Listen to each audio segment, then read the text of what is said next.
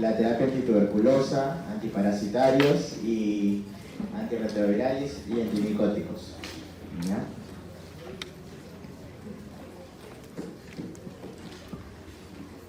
Ya, entonces, los que ayer estuvieron en el grupo con que hicimos seminario, ya avanzamos algo de esto. Pero hay que ver entonces, enfocarnos en la parte que es terapia de la tuberculosis, ¿no? Pero como todos sabemos, la tuberculosis es un problema de salud pública. En el país, en realidad el Perú, después de Haití, estamos en segundo lugar en incidencia de tuberculosis, ¿no? Pero en el mundo hay peores países, ¿no? Como India, que es el que más tuberculosis tiene en el mundo. Y en América del Sur, Brasil también tiene un buen número de casos, ¿no? ¿Qué pasó? Ya. Entonces, como les decía, ¿no? La terapia de tuberculosis hay que enfocarla de tres formas. En tuberculosis pulmonar, cuando es sensible, que puede también ser extrapulmonar, excluyendo el sistema nervioso y el osteoarticular. Esa es una parte, un enfoque de terapia.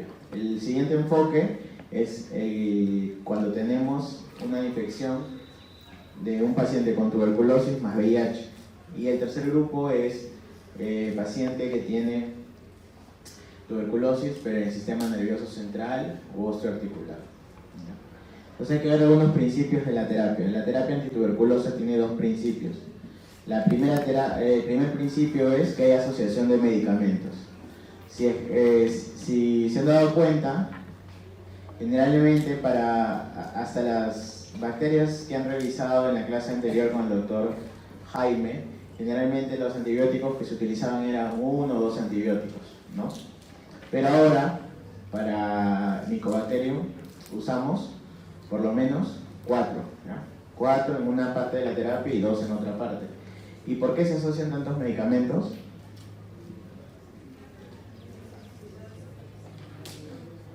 ¿Cuál es el motivo?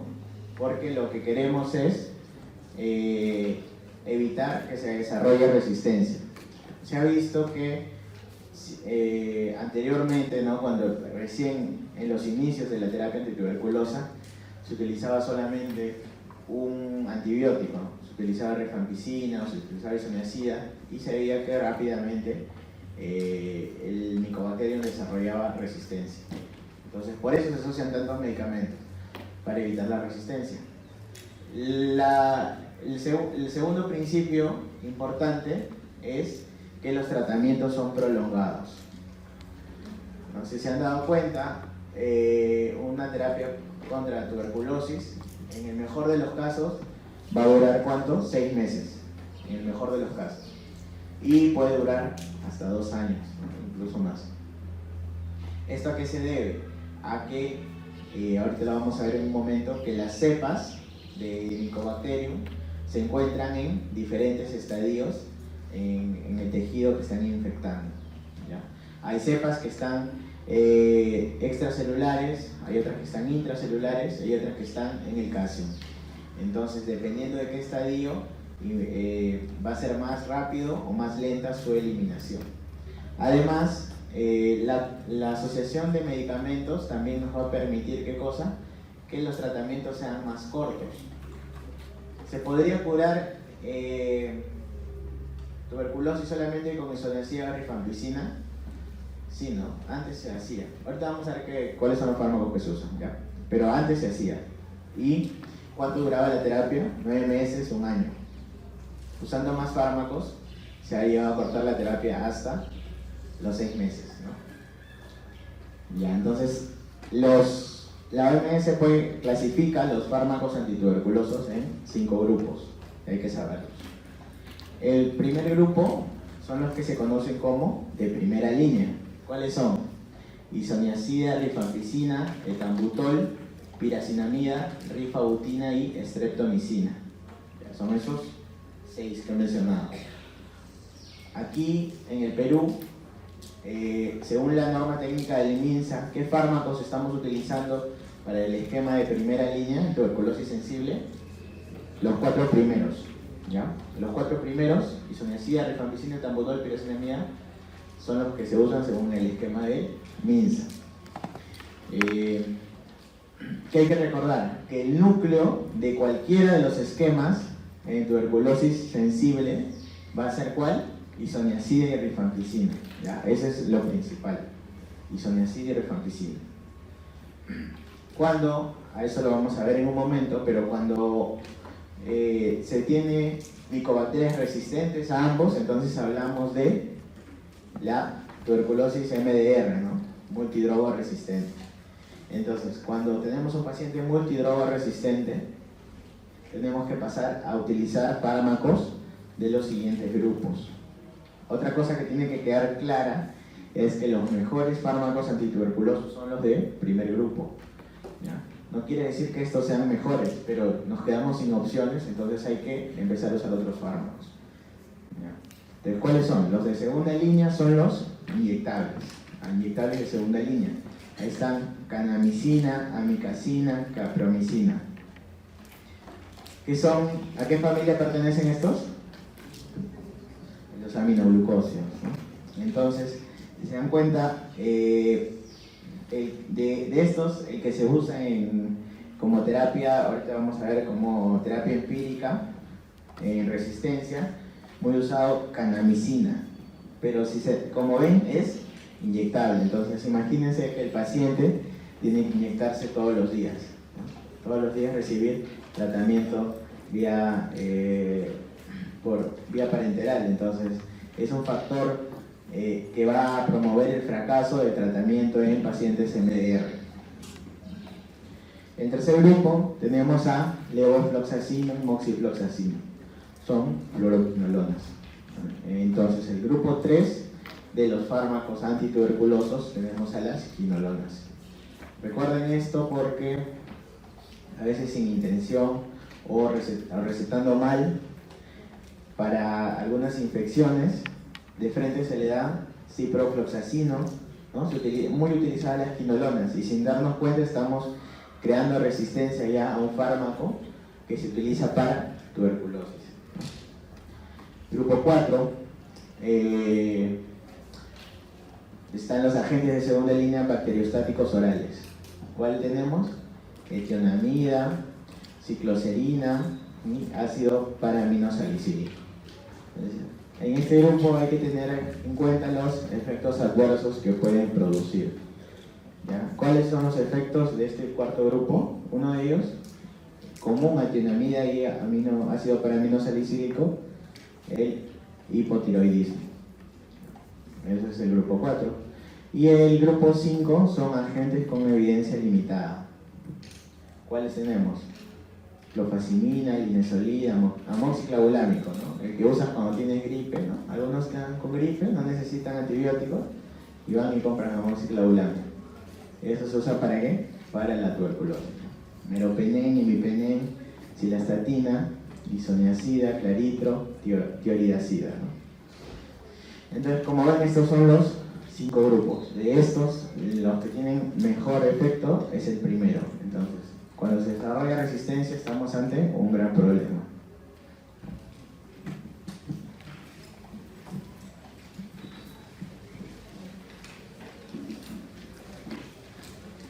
Aquí está lo que les decía, ¿no? Las subpoblaciones bacilares. Entonces, el Mycobacterium puede estar en diferentes partes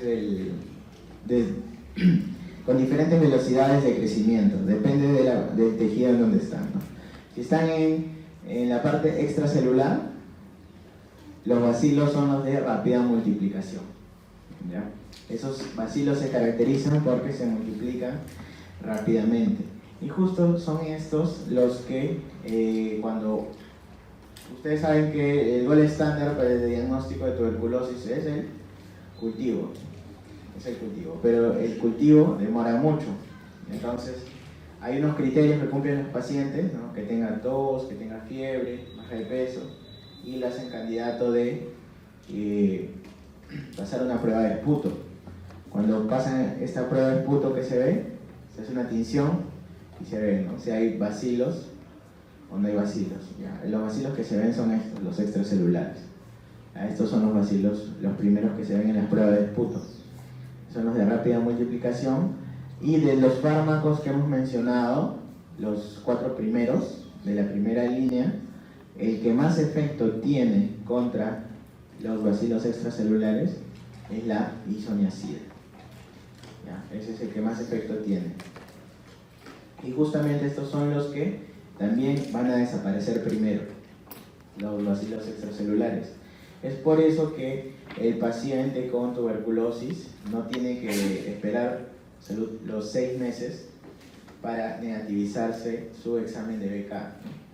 Generalmente a partir de la 4ª semana ya el BK en esputo sale negativo, lo cual no quiere decir que en un mes ya se curó, pero sí nos va a indicar que ese paciente ya no es bacilífero, o sea, en el esputo ya no tenemos bacilos.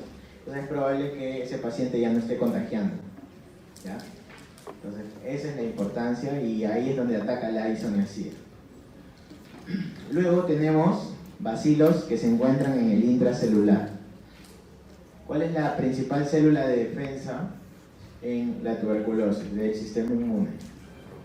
El macrófago, ¿no? Entonces el bacilo se va al intracelular del macrófago y ahí es un buen lugar para protegerse de los antibióticos, obviamente. Pero hay un antibiótico que tiene muy buen efecto, ¿no?, en el intracelular. ¿Cuál es?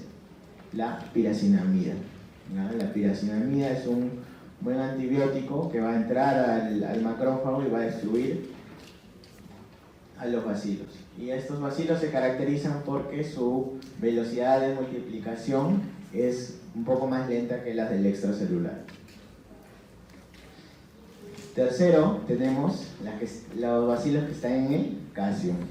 Los bacilos del calcium son de multiplicación mucho más lenta que los anteriores, pero a su vez van a estar ahí de reservorio para que cuando ya no hay tratamiento antibiótico, salen, ¿no? Y otra vez empieza la infección. Es por eso es la importancia de culminar el tratamiento antituberculoso a los 6 meses y luego de ello hacer sus pruebas, ¿no?, durante un año hasta que recién, si todas salen negativas, ya podemos hablar con pacientes ya curados. Entonces, en esta lesión gaseosa ¿qué es el calcio? ¿No? Los desechos de los macrófagos muertos principalmente y del tejido que está muriendo. Entonces ahí vamos a encontrar bacilos de multiplicación lenta y va a actuar muy bien sobre esos bacilos la rifampicina. Entonces, recuerden, extracelular piracinamida, en la lesión gaseosa la rifampicina. Y luego tenemos los focos fibróticos. Aquí generalmente hay bacilos, pero están controlados totalmente por el sistema inmune. ¿Esto cuando se ve? Bueno, creo que todavía no llegó a clínicas, ¿no? Pero cuando vayan a los hospitales, entonces de hecho que ahí se van a exponer al bacilo. Entonces muchos van a estar infectados, lo cual no quiere decir que van a desarrollar la enfermedad de tuberculosis. Pero en esa infección, cuando vaya al pulmón, lo normal es que el sistema inmune lo controle. Entonces, el sistema inmune lo controla, eso va a quedar en el pulmón como una pequeña calcificación, ¿no?, un foco de fibrosis. ¿Cómo se llama eso? Tiene un nombre, ¿no? Foco de Gone. Ese es el foco de Gone. Entonces, el foco de Gone es una lesión por la prima infección causada por la micobacteria. Gone, G-O-H-E.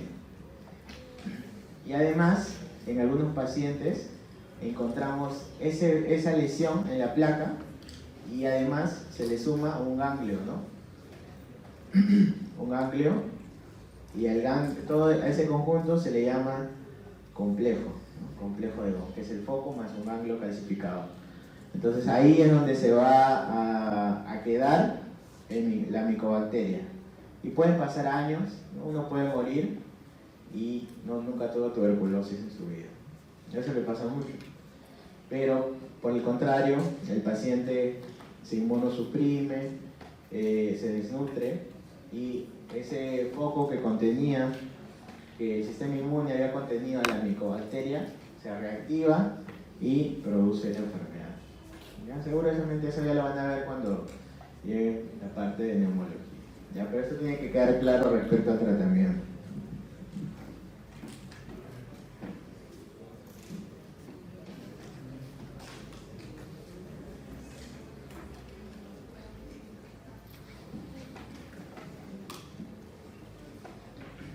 Ya, a ver. Acá quería hacer un esquemita.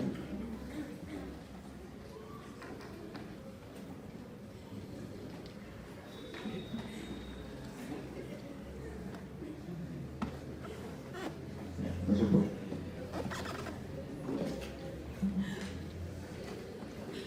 Ya, entonces lo siguiente que hay que tenemos que saber es cómo van a actuar cada una de las drogas. ¿Ya? Eso es importante que podamos reconocer. ¿Qué va a hacer la rifampicina? ¿Dónde va a actuar? Aquí, ¿no? En el RNA.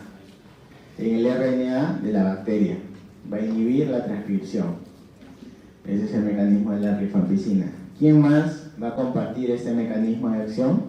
La rifabutina. La rifabutina estaba dentro de los fármacos de primera línea también. Entonces ambos, rifampicina y rifabutina, van a actuar en el RNA, ¿no? Esta RNA polimerasa, ¿no? Acuérdense con R, ¿no? R de RNA, no se olviden. Después, ¿qué más tenemos? Tenemos a la isoniazida. Isoniazida lo que va a hacer es, va a inhibir la síntesis de la pared celular. ¿Sobre qué va a actuar? Sobre el ácido micólico, ¿no? De la pared celular va a inhibir, ahí lo estuvimos viendo en el seminario. Después tenemos el otro fármaco que es el etambutol. El etambutol va a actuar sobre una enzima que es la arabinosil-transferasa. Y de la misma forma también va a impedir la síntesis de la pared. Entonces, hasta el momento, rifampicina va a actuar en los ácidos nucleicos, isoniazida y etambutol va a actuar en la pared, ¿no? Va a impedir la síntesis de pared. Luego tenemos la piracinamida, que depende, ¿no?, de la bibliografía que lean. Dicen que su mecanismo de acción no está muy claro, pero básicamente lo que va a hacer la piracinamida es va a acidificar el medio interno de la bacteria, ¿no? Y luego de ello producir su lisis. Piracinamida. Y streptomicina, que pertenece al grupo de los aminoglucósidos. Entonces hay que revisar el mecanismo de acción de cada uno de ellos.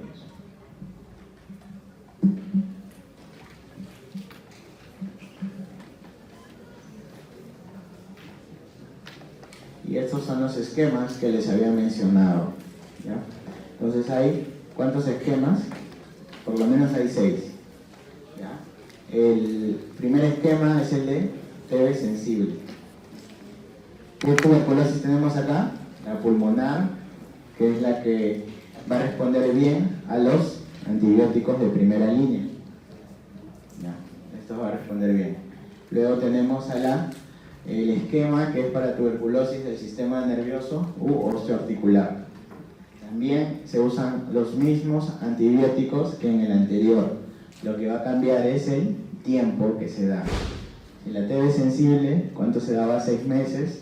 Para la tuberculosis del sistema nervioso u osteoarticular, generalmente el tratamiento dura 12 meses. Y finalmente tenemos al paciente que tiene tuberculosis más VIH, en el cual el tratamiento dura 9 meses. Después, estos 3 de abajo son los tratamientos para tuberculosis resistente. Entonces, aquí sí vamos a emplear los fármacos que les dije que eran a partir de la segunda línea. ¿ya? Entonces tenemos el tratamiento, el estandarizado, el empírico y el individualizado. ¿Ya?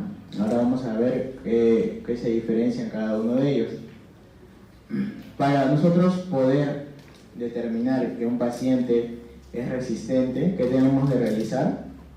Pruebas de sensibilidad. Entonces las pruebas de sensibilidad nos van a determinar la resistencia o no y a qué fármacos es resistente la micobacteria. Hay un esquema estándar que se le da al paciente con tuberculosis MDR. Entonces, si ese MDR es resistente a isoniazida y rifampicina, esos antibióticos ya no los vamos a utilizar. En su lugar, ¿qué vamos a utilizar? Conservamos el etambutol, seguimos usando etambutol, seguimos utilizando piracinamida y ahí le agregamos, ¿no? Le agregamos ¿qué? Levofloxacino, que es del grupo de las quinolonas. ¿Qué más le agregamos en el tratamiento estándar para un MDR? Un inyectable, ¿no? Ahí le agregamos canamicina, ¿no? Canamicina. Le podemos agregar también etionamida, ¿no? Etionamida. Luego tenemos el tratamiento empírico. En un tratamiento, en el estandarizado, simplemente sospecho que alguien tiene tuberculosis MDR. ¿Por qué? Porque estaba expuesto a un paciente con MDR, ¿no? Digamos, ustedes cuando ya están rotando en el hospital, están en el 2 de mayo, pabellón Santa Rosa, y su paciente que tiene tuberculosis MDR, todos los días están con él, sin mascarilla, y al final de la rotación hacen tuberculosis, ¿no? Entonces, que probablemente tengan también tuberculosis MDR. Entonces se arranca de frente el tratamiento estándar o el que tenía su paciente. ¿Qué más? Un paciente en el cual tenía tuberculosis y se está descompensando, también de frente le metemos el tratamiento estándar. ¿Ya? En cambio, el empírico, en este estándar no tenemos pruebas de sensibilidad todavía. Para el empírico ya tenemos pruebas de sensibilidad rápidas, ¿no? Entonces sabemos a qué es resistente ya la bacteria y en base a eso hacemos nuestro tratamiento. Pero lo óptimo siempre sea un tratamiento individualizado en un paciente MDR. ¿Qué quiere decir? Que ya no hice pruebas solo de sensibilidad rápida, ¿no? Sino que hice las pruebas de sensibilidad convencionales. Entonces, con las pruebas de sensibilidad convencionales, yo hago mi tratamiento individualizado. Pero ¿por qué hago empírico? O sea, ¿por qué hago el empírico? Porque las pruebas de sensibilidad rápidas, como dice su nombre, son más rápidas, ¿no? Entonces las convencionales van a tardar más y no podemos esperar tanto tiempo para iniciar el tratamiento a estos pacientes.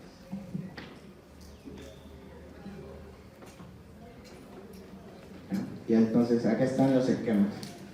Como les decía ayer, ¿no? No hay que irnos de fármaco sin saber por lo menos el esquema 1 que les dije, ¿no? De tuberculosis sensible. Entonces vamos a verlo acá. Ahí está con su leyenda, que lo estudien luego, pero se escribe así, ¿no? 2 RHZE. ¿Qué quiere decir 2? Le voy a dar 2 meses. ¿Ya?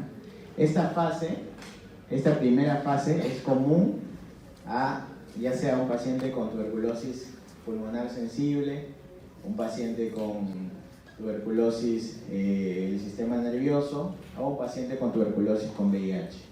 Esta fase es común a todas, ¿ya? 2 RHZE. Y lo que se busca es eliminar rápidamente al paciente que es bacilífero, ¿no? Volverlo negativo. ¿Qué quiere decir RHZE? Que le voy a dar rifampicina, isoniazida, piracinamida y etambutol todos los días, por 2 meses. Todos los días por 2 meses. Bueno, le hago descansar fin de semana, ¿no? Y luego viene el 4.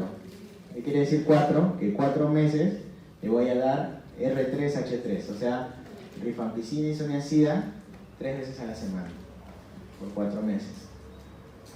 Si no tendría ningún número, entonces sería todos los días. Si tiene números, me indican la frecuencia, índices en realidad, no son números. Números hacia adelante. Un índice es la frecuencia semanal con la que le voy a dar la terapia, los fármacos. En esta primera fase, ¿cuántas dosis va a tomar el paciente en sus 2 meses? 50 dosis. 50 dosis de RHZN. Y en esta segunda fase va a tomar 4 meses, 3 veces por semana, lo que equivale a 54 dosis, ¿no? del fármaco, de los fármacos.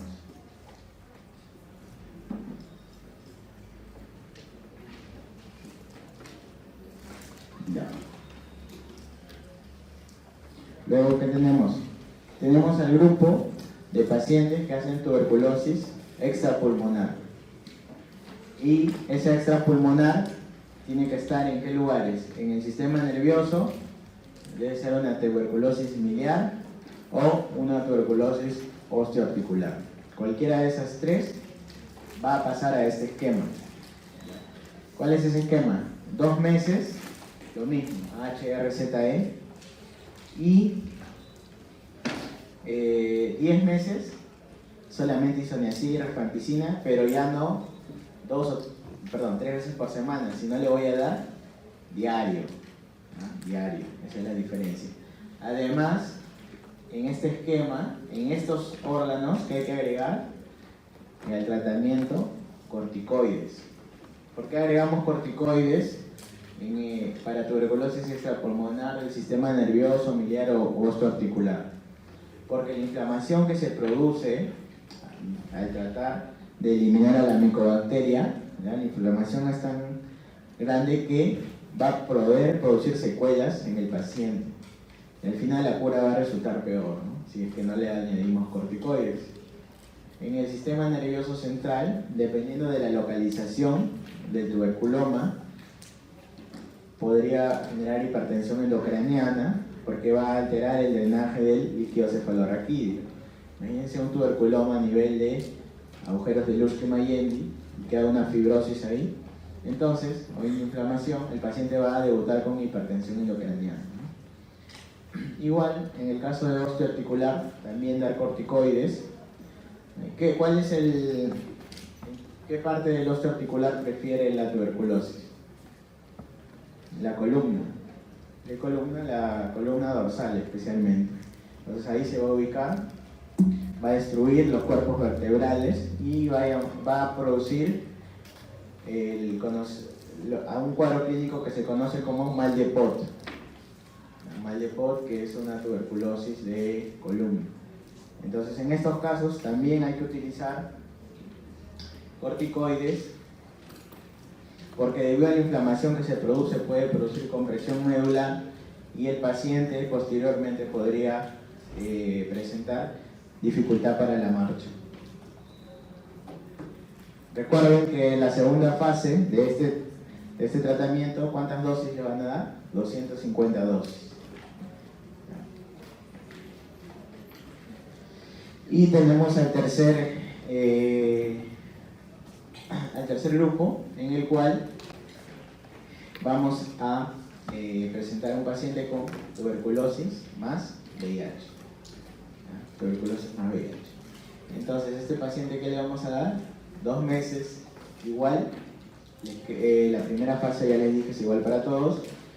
Y la segunda fase va a durar 7 meses. En total, 175 dosis.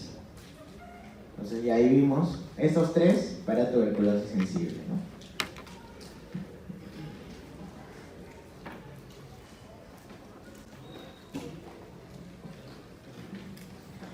Entonces, luego tenemos, aparte hay otros esquemas, pero esos ya, lo que tienen que saber son qué fármacos se usan. Ya, los esquemas todavía. Pero sí recordar que vamos a utilizar, ¿qué cosa? De primera línea conservamos piracinamida y tambutol. Luego le tenemos que dar una quinolona, que de preferencia levofloxacino, y agregarle también un inyectable, ¿no? Entonces, en base a eso están hechos los diferentes esquemas de la tuberculosis MDR. Otra diferencia entre ambos esquemas es de acuerdo al precio. El esquema 1, ¿cuánto va a costar por todo el tratamiento en los 6 meses, más o menos, ya les dije a mi grupo ayer del seminario, ¿no? 500 soles. 500 soles cuesta un tratamiento de esquema 1 para los 6 meses. Pero cuando damos el salto del 1 al 2, se encarece mucho el tratamiento, ¿no? Alrededor de $20,000 cuesta, ¿no? Por el tiempo que requiera, ¿no? Que es, hay esquemas de hasta 2 años, ¿no? Entonces imagínense lo que está invirtiendo el Estado, ¿no? Todos, ¿no? Con nuestros impuestos, todos pagamos, ¿no? Algunos más, otros menos. Si no pagan ustedes, sus papás seguro también están pagando sus impuestos. Pero todos al final costeamos esto, ¿no? También intervienen las ONGs, ¿no? ONGs también ponen dinero para el tratamiento. Pero hay un peor cuadro que es peor que la TB-MDR, ¿no? Que es la XDR, en la que tenemos que las pruebas de sensibilidad nos dan resistencia ¿a qué? A isonencia, rifampicina, más los inyectables, ¿no? Que habíamos mencionado. Entonces, en esos casos utilizamos ¿qué fármacos?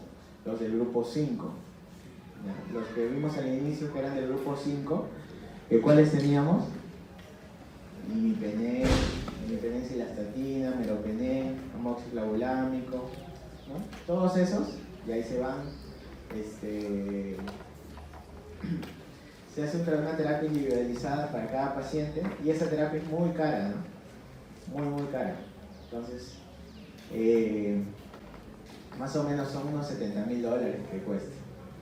Entonces, el Estado, antes de decidir si invertir o no en esos pacientes, primero tienen que pasar por una junta de expertos, los cuales van a evaluar si el paciente es recuperable o no recuperable, cuáles son los factores de riesgo que presenta, y en base a eso van a tomar la decisión. En Lima, no hay, ayer les decía, no hay tantos casos de XDR, entre 300 y 500, pero está en aumento, ¿no? Cada año hay más. No estamos avanzando en tuberculosis. ¿Cuánto es la incidencia de tuberculosis por 100.000 habitantes? Más o menos estamos entre 80 y 90. 80 y 90. Es una cifra bastante alta. En Chile están en 25, casi al nivel de Canadá o de Europa, ¿no? Donde las incidencias son muy bajas. Y acá es 80, 90. Haití nos gana, Haití tiene más, la India nos gana, pero hay que avanzar en eso, ¿no? Entonces eso es lo que hay que recordar.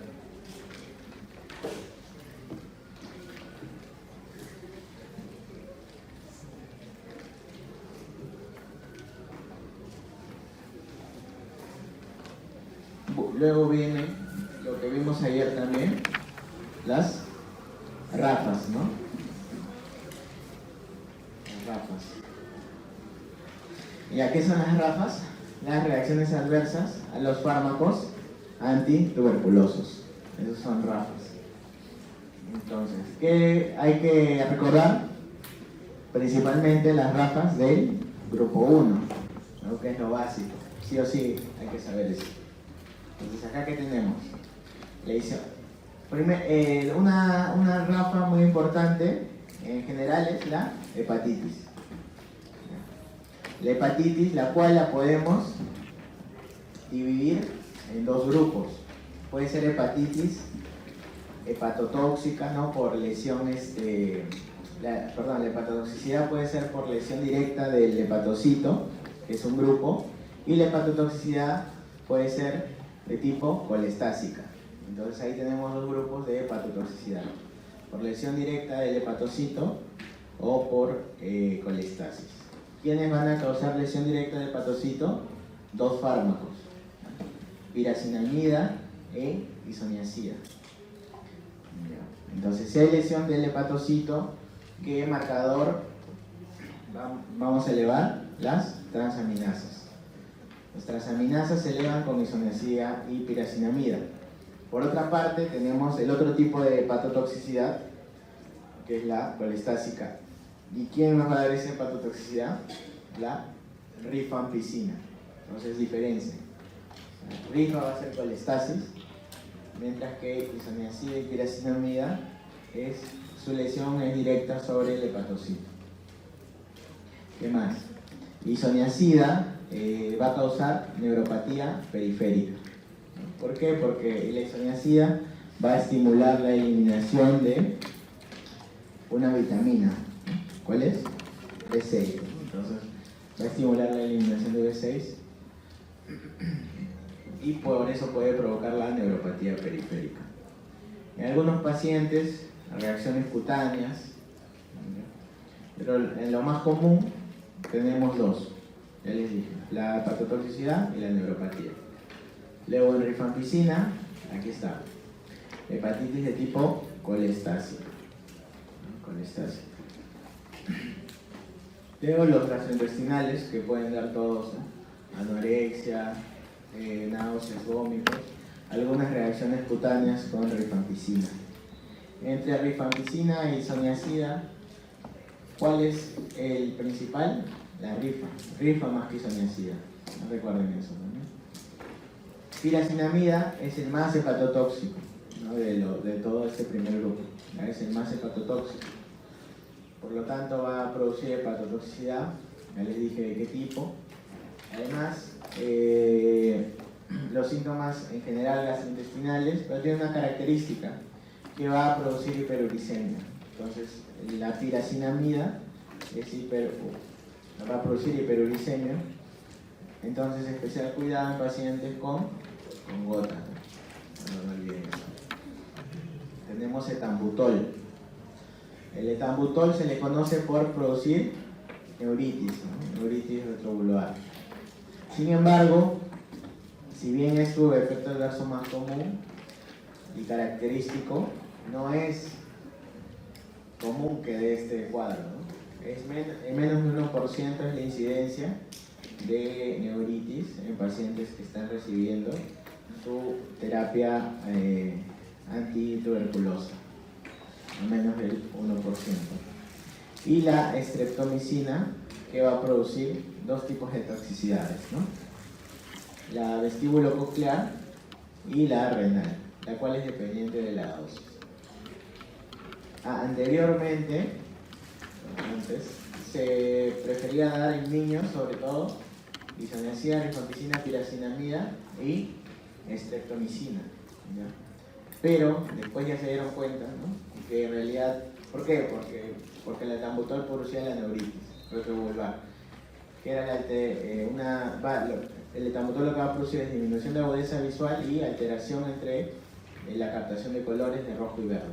Entonces, luego ya se dieron cuenta que más tóxico era la streptomicina, porque dejaba a los pacientes sordos al final del tratamiento, que el etambutol, porque había muy poca incidencia de sus efectos adversos.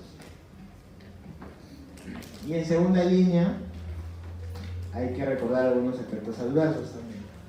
Vimos cuáles, les dije, ¿no? Etionamida y el ácido aminosalicílico, que producían ambos hipotiroidismo.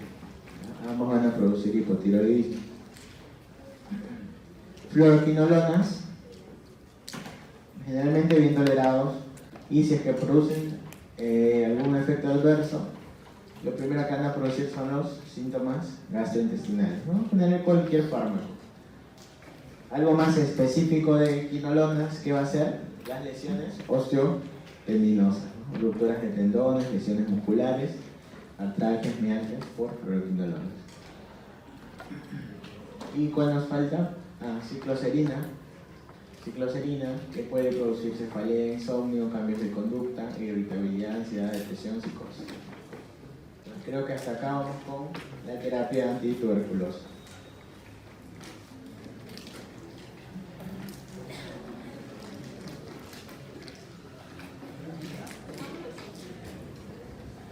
Luego, ¿qué más nos han asignado el día de hoy? Hacer la terapia contra parásitos. Entonces, los parásitos pueden ser protozoarios, pueden ser helmintos. ¿Qué vamos a ver ahora? Antimaláricos. ¿Cuáles son los antimaláricos? Han llevado parásito, ¿no? Sí.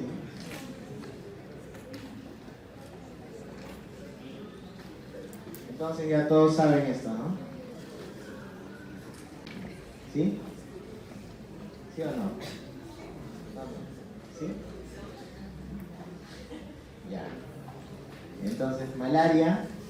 Vamos a hacer el ciclo para poder entender la parte de los fármacos, ¿ya? Brevemente. Ya. Entonces, tenemos aquí que... ¿cómo se llama este insecto?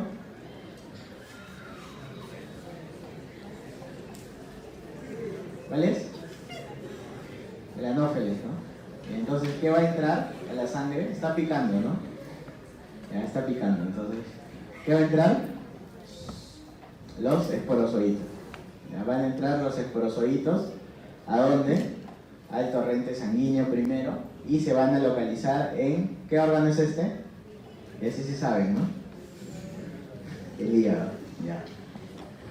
Entonces, van al hígado. Y en el hígado van a entrar dentro de los hepatocitos y se van a comenzar a multiplicar. Eso se conoce, esta forma se conoce como esquizonte, ¿ya? El esquizonte tisular, que es un hepatocito que está infectado con esporozoitos, pero que están multiplicando. Todo eso, el conjunto se llama esquizonte. Entonces, obviamente el hepatocito va a aguantar hasta un punto la cantidad de parásitos que hay y va a reventar, ¿no? Va a ser lisis y los esporozoitos, claro, se van a ir ¿a dónde?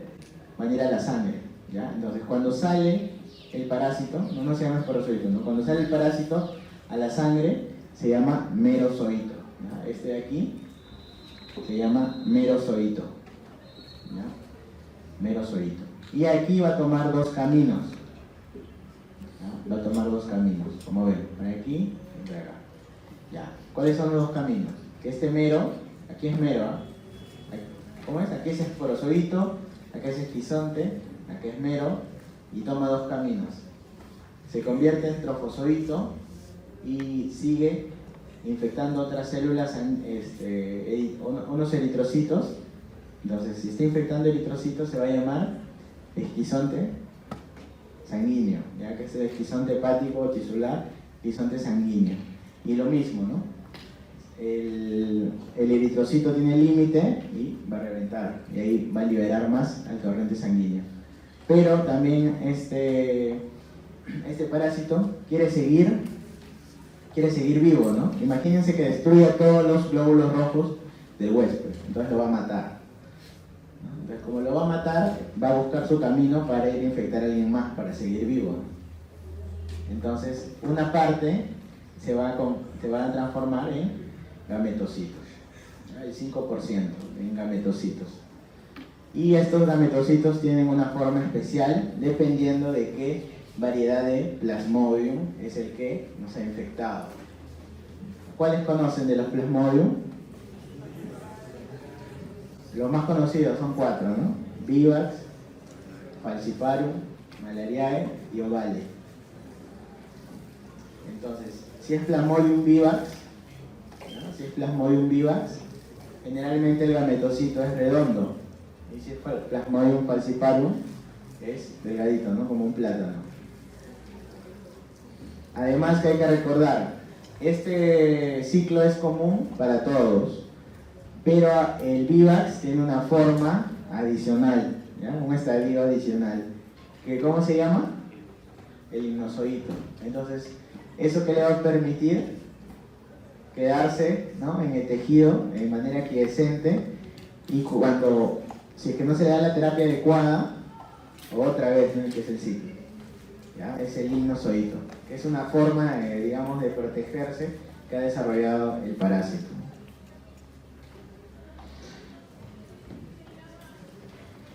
Y entonces, habiendo visto eso,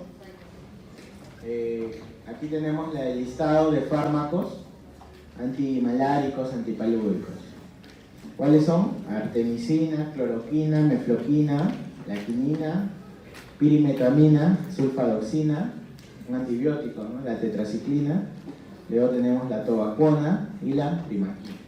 Entonces son varios fármacos que hay que ver. Y cada uno tiene algunas características especiales que debemos recordarlas.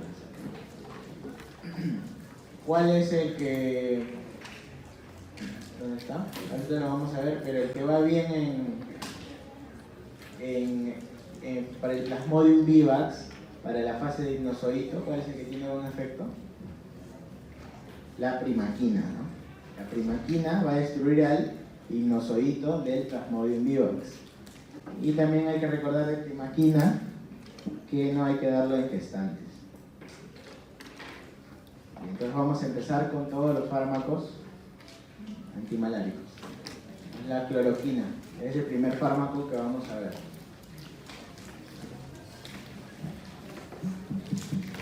La cloroquina es un fármaco ya antiguo que se viene utilizando desde hace tiempo para el tratamiento de malaria. Hay buena absorción oral. Su metabolismo es hepático al 30% y su excreción es de tipo renal. Lo que va a hacer, ¿cuál es su mecanismo de acción?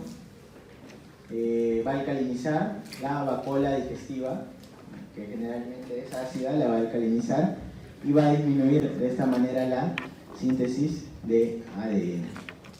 Entonces, ¿dónde va a actuar entonces? Sobre el eritrocito principalmente. Por lo tanto, cloroquina tiene buena respuesta ¿en quién? En el esquizonte sanguíneo. Tiene muy buena respuesta en el esquizonte sanguíneo. Eso es importante. Pero no va el de los Plasmodium, el que causa la infección más severa, va a ser ¿cuál? El falciparum. Entonces el falciparum ha desarrollado resistencia para la cloroquina. Generalmente no se usa cloroquina con falciparum. Más en ovale y malarial. En caso de que produzca toxicidad, la principal es de tipo gastrointestinal, pero hay unas que son muy específicas, muy características, ¿no? Que es la despigmentación de uñas y mucosas y del cabello. La cloroquina va a producir eso, despigmentación de uñas y mucosas. Generalmente no hay sobredosis, a menos que alguien sea intento suicidio, ¿no? Pero nadie se suicida con cloroquina. Pero en caso de sobredosis puede llevar al paro cardiorrespiratorio. ¿En quién hay que tener especial cuidado de utilizar la cloroquina? En pacientes que tienen antecedentes de convulsión. Pacientes con antecedentes de convulsión, de arritmias, no utilizar cloroquina. Entonces ya saben, cloroquina no es para el falciparum y va a actuar bien sobre el esquizonte sanguíneo. Bien, tenemos otro grupo, tenemos a la quinina y a la mefloquina. Entonces vamos a ver, quinina y quinidina son de la misma familia. ¿En quiénes podemos dar este antimalárico? Va a actuar bien ¿en quién? En las especies de Plasmodium malariae sobre todo, ¿no? En Plasmodium malariae. El problema es que han desarrollado mucha resistencia. Y además de sus efectos adversos, va a producir hipoglicemia, inicio, cefalea, mareo, rubor. No es tan utilizado como el anterior que vimos, como cloroquina. Por otra parte tenemos mefloquina. Mefloquina es importante porque es una de las bases de tratamiento para Plasmodium falciparum, ¿no? Vimos que era resistente a cloroquina, pero responde bien a mefloquina. Es un antimalárico con muy buen efecto sobre el falciparum. Entre sus efectos adversos principales que va a producir, náuseas, vómitos, diarrea, mareo, sueño, alteraciones neuropsiquiátricas, cefalea, erupciones cutáneas. Lo mismo, especial cuidado en pacientes con antecedentes de convulsión, de epilepsia.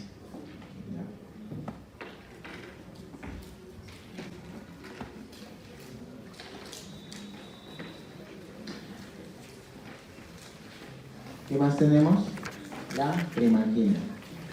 Entonces, primaquina es otro antimalárico, su absorción es muy buena, casi el 100%. ¿Y por qué hay que recordarlo? Porque va a ser activo contra una fase del ciclo del plasmodio, que es el limnozoito. Entonces, ¿qué era el limnozoito? El limnozoito es característico de ¿cuál plasmodio? Del vivax. Entonces, es una forma de protegerse. Y si no le damos primaquina, nuevamente va a recidivar el cuadro de malaria. Entonces, para destruir el limnozoito usamos primaquina. Sus efectos secundarios, igual que los anteriores, principalmente gastrointestinales. Va a causar hemólisis en personas que tengan deficiencia de glucosa 6-fosfato deshidrogenasa. O sea, en pacientes algunos especialmente cuidado en pacientes de raza negra, ¿no? Con el uso de primaquina. Y estas sí, las anteriores no se podían dar en algunos trimestres de la gestación, ¿ya? Pero la primaquina sí está contraindicada durante todo el embarazo. Entonces, una paciente que tiene malaria por Plasmodium vivax, se espera dar la primaquina hasta después del parto. Ya está contraindicada en la gestación la primaquina. Luego tenemos otros fármacos que los podemos agrupar dentro de los inhibidores de la síntesis de folato. Ahí están la pirimetamina y las sulfonamidas. La pirimetamina, ¿en quién va a actuar bien? En el esquizonte hepático. Pirimetamina para esquizonte hepático. Y sulfonamidas van bien contra falciparum y contra el esquizonte sanguíneo, al igual que cloroquina.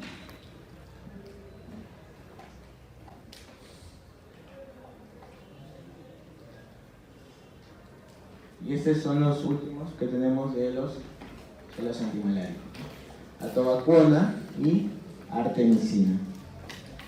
Atovaquona y artemisina. Entonces, en atovaquona, que hay que recordar que va a ser muy potente contra todas las especies de plasmodio.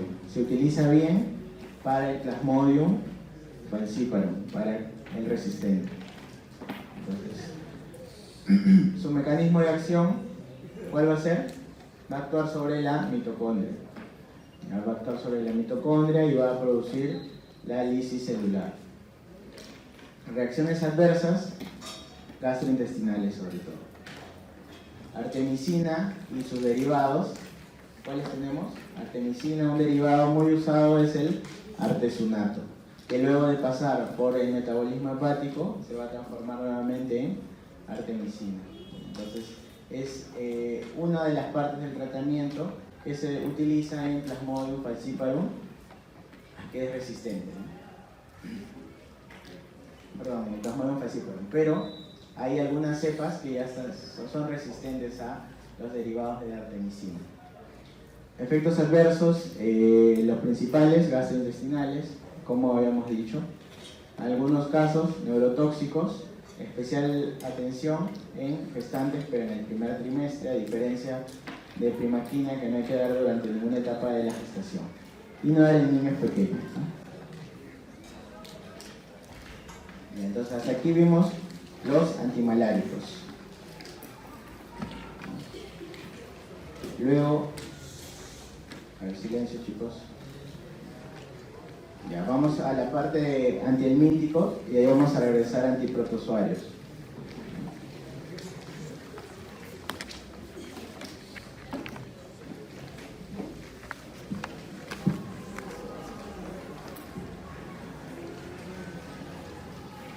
Entonces, los helmintos, ¿en qué los podemos clasificar?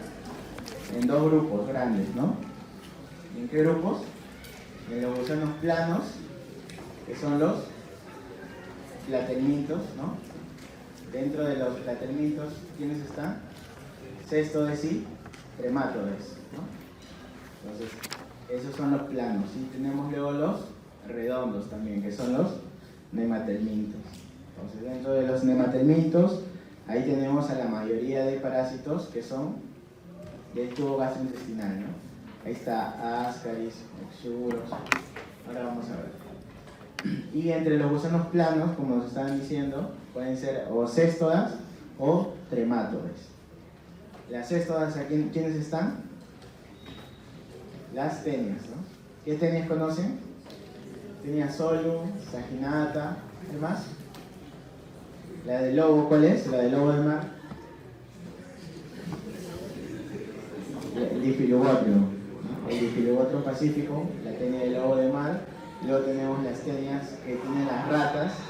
¿Cuáles son? Las Heminolepis, ¿no? Heminolepis nana, Heminolepis diminuta. Entonces ahí tenemos un grupo de tenias. Y entre tremátodes tenemos que ver uno que es común en Perú, en la zona norte, que es el. Tenemos ahí el Paragonimus, ¿no? Y hay uno también que está asociado al consumo de tallos cortos. ¿Cuál es? La fasciola hepática, ¿no? Entonces ahí tenemos los grupos, los redondos, los planos, y vamos a ver qué terapia le damos a cada uno de ellos.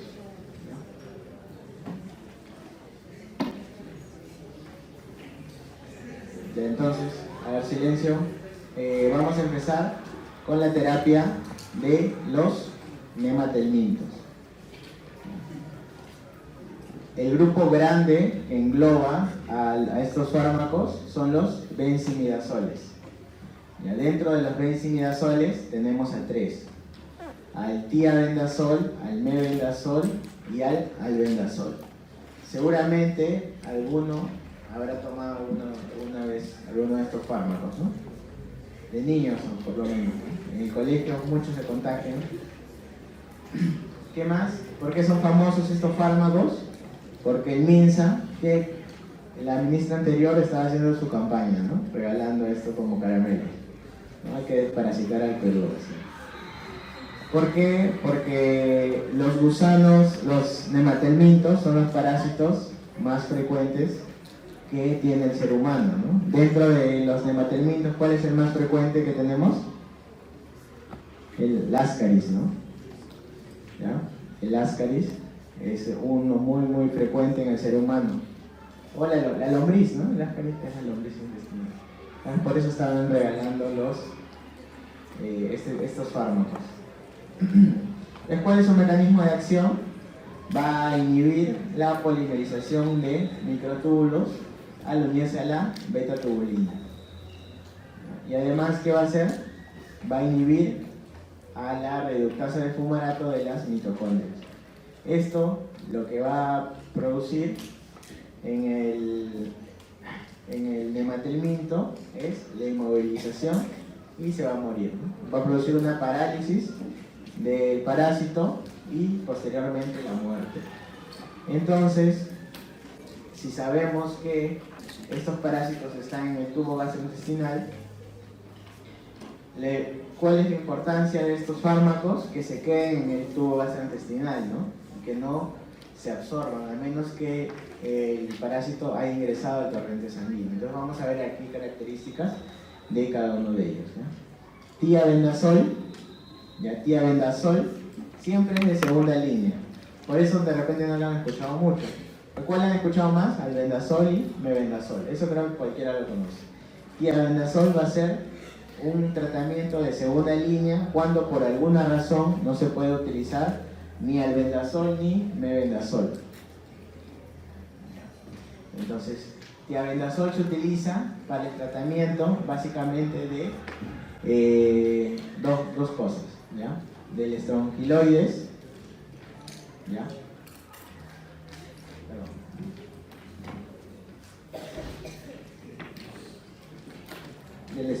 Del estrongiloides stercolaris, ¿no? Que tiene fases, no recuerden, ¿no? ¿Ya visto cómo se llama? La larva migrans, ¿no? Entonces, tiabendazol es segunda línea para el tratamiento de este parásito. ¿Qué va a producir? Efectos adversos. ¿Cuáles van a ser? Los principales gastrointestinales, pero tiene efectos adversos más severos. Por eso siempre es de segunda línea, no se prefiere usar. ¿Cuáles son? Va a producir hepatotoxicidad y síndrome de Stevens-Jones. Entonces siempre de segunda línea tiabendazol. Los que sí son de primera línea para los parásitos del tubo gastrointestinal, los nematelmitos, son albendazol y mebendazol. Entonces, albendazol tiene una característica. Si lo dan sin haber ingerido alimentos, no se va a absorber. Generalmente se va a quedar en el tubo gastrointestinal y va a tener efecto local. Eso nos conviene para tratar todos los tipos de bosanos que existen. Pero albendazol también se va a utilizar para el tratamiento del cisticerco. Entonces, para tratar el cisticerco, albendazol tiene que ingresar en sangre, ¿cierto? Entonces, ¿qué hago para que el albendazol ingrese en sangre? Lo tomo con comidas. Es la diferencia. Si queremos que se quede en el tubo gastrointestinal, con el estómago vacío, y si quiero que ingrese sangre, lo tomo con comidas, ¿no? Entonces, las comidas, sobre todo grasas, van a aumentar su absorción. ¿Y qué es lo que nos favorece? ¿Contra qué parásitos va a ser muy efectivo? Ascaris, Trichuris, Anquilostomas, Estrongiloides. Todos estos, ¿dónde están? Tubo gastrointestinal, ¿no? Y si queremos que ingrese para que nos sirva como tratamiento en la cisticercosis, entonces lo doy con comidas grasas. ¿En qué otros casos se utiliza? En la hidatidosis. Entonces, en hidatidosis y en neurocisticercosis va a funcionar bien albendazol. ¿Qué hay que añadir al tratamiento de neurocisticercosis aparte del albendazol? Corticoides. ¿Ya? Corticoides. ¿Por qué?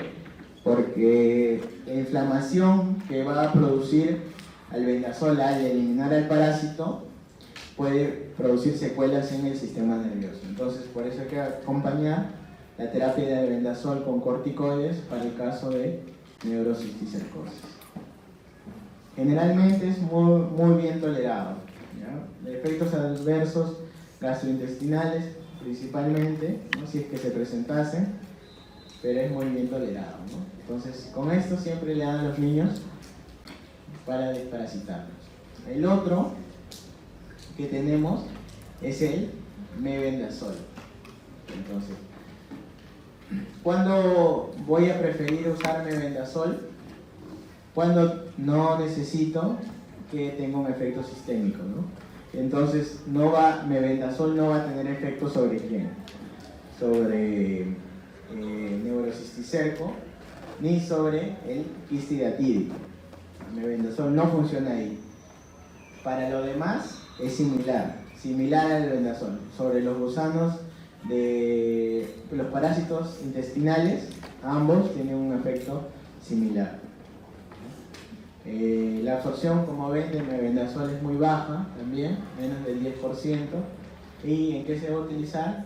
En Enterobius, en Ascaris, Trichuras, Triquinas. Hay que tener cuidado en niños menores de 2 años con ambos fármacos, ¿ya? Porque su seguridad no está comprobada. ¿Ya? Otro grupo de parásitos que tenemos, ¿cuál es? Es el Strongyloides. El Strongyloides es un parásito que se caracteriza por responder muy bien con la terapia con ivermectina. Entonces, ¿qué va a hacer la ivermectina? ¿Cuál es su mecanismo de acción? Lo que va a hacer va a aperturar los canales de cloro que están unidos al receptor de glutamato, lo cual va a producir una hiperpolarización y por lo tanto parálisis del Strongyloides. Entonces va muy bien, en realidad ese tratamiento de elección para Strongyloides. Si para el resto de parásitos, como era Ascaris, Enterobius, Anquilostomas, respondían al albendazol y mebendazol, la elección de Strongyloides es ivermectina. Otro parásito que también va a responder es la oncocerca. Generalmente eso no hay mucho en Perú, ¿no hay? Pero cuando se le da ivermectina a un paciente que tiene oncocercas, va a producir una reacción de hipersensibilidad que se llama la reacción de Masotti. ¿En qué consiste? Es como una alergia, ¿no? Prurito, erupciones cutáneas, linfamegalia, fiebre, taquicardia, artralgia, cefalea. Es algo parecido a lo que se produce con el tratamiento de espiroquetas. Ya lo vieron, les explicó el doctor Jaime, ¿no? Treponema pallidum, que se producía una reacción que se llama ¿no han hecho? Harish, ¿quién sabe por ahí? Harish-Heimer, ¿no? Entonces esta es una reacción similar, que es la reacción de Masotti. ¿En quién está contraindicado? ¿En qué caso se contraindica la ivermectina? En utilizar junto con benzodiazepinas, barbitúricos, ácidos valproicos, todos aquellos que tengan un mecanismo sobre ¿quién? Sobre glutamato, sobre GABA. Entonces, no mezclar esos fármacos con ivermectina. El otro fármaco antiparasitario que hay que revisar es la niclosamida. Entonces, niclosamida, ¿en quién vamos a utilizar? En todas las céstodas, pero siempre segunda línea, después de praziquantel, porque el praziquantel es de primera línea. La primera línea siempre es praziquantel para céstodas y segunda línea es la niclosamida. Praziquantel siempre le dan a los perritos, ¿no? Cuando se desparasitan. ¿Qué es lo que va a producir la niclosamida? Una inhibición de la fosforilación oxidativa y estimulación de la ATPase. Va a destruir ¿a quién? A las tenias, pero no va a actuar sobre los huevos. No actúa sobre los huevos. Entonces, ¿en quién va bien? En la tenia saginata, la Telia solum, el Diphyllobotrium latum. Ya les dije, ¿no? ¿Solium de qué animal era? De chancho, ¿no? La saginata de la vaca, el latum, ¿de quién era? De lobo marino, ¿no? El Diphyllobotrium latum. Y la Limnolepis nana, diminuta, de la rata, ¿no? La tenia de la rata. Sus reacciones adversas, principalmente gastrointestinales.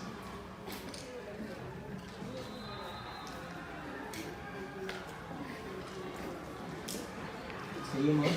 Otro fármaco que hay que revisar es la piperacina y el pirantel. Piperacina, ¿en quién usamos? Es también de segunda línea, sobre todo para casos de ascaris, pero en los cuales hay una sobreinfestación con ascaris, ¿no? No sé si alguna vez han visto esa foto de un intestino en el cual está lleno de gusanos, ¿no? De ascaris.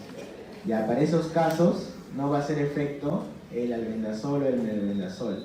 En una sobreinfestación con ascaris se prefiere utilizar piperacina, es muy específico para esos casos.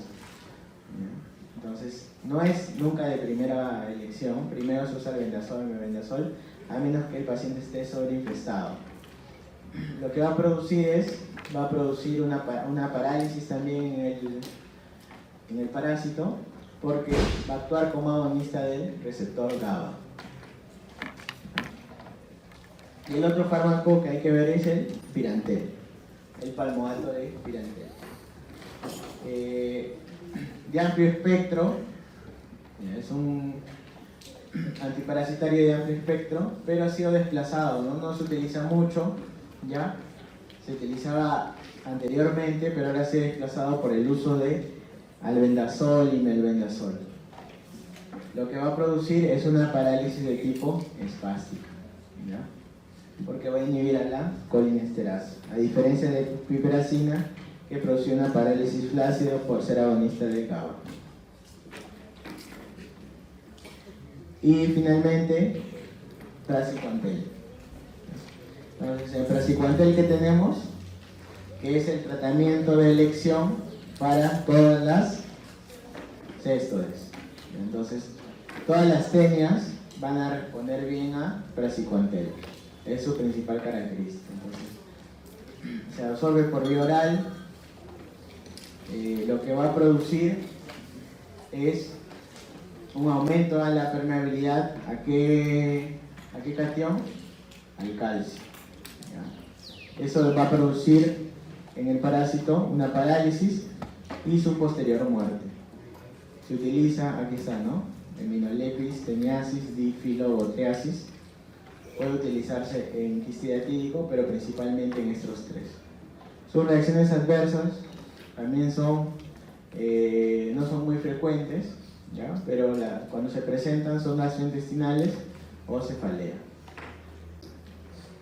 ¿Está contraindicado en qué casos? En cisticercosis ocular. ¿Por qué?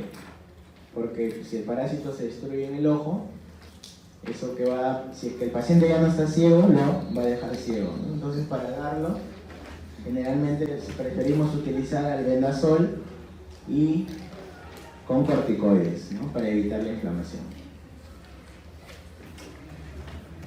Ya. Ahora sí, regresamos a esta parte.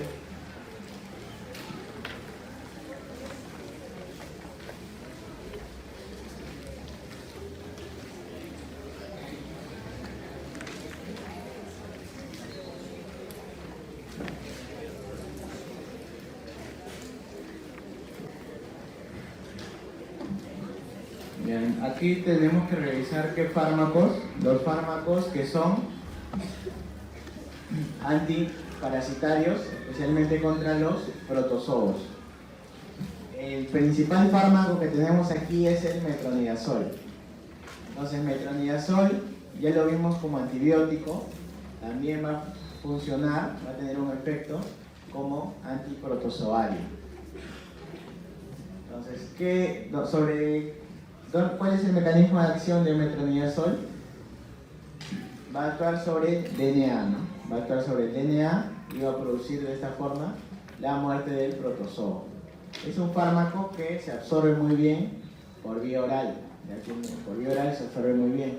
El problema sí son sus efectos adversos, que son muy frecuentes, los tipos gastrointestinales, ¿no?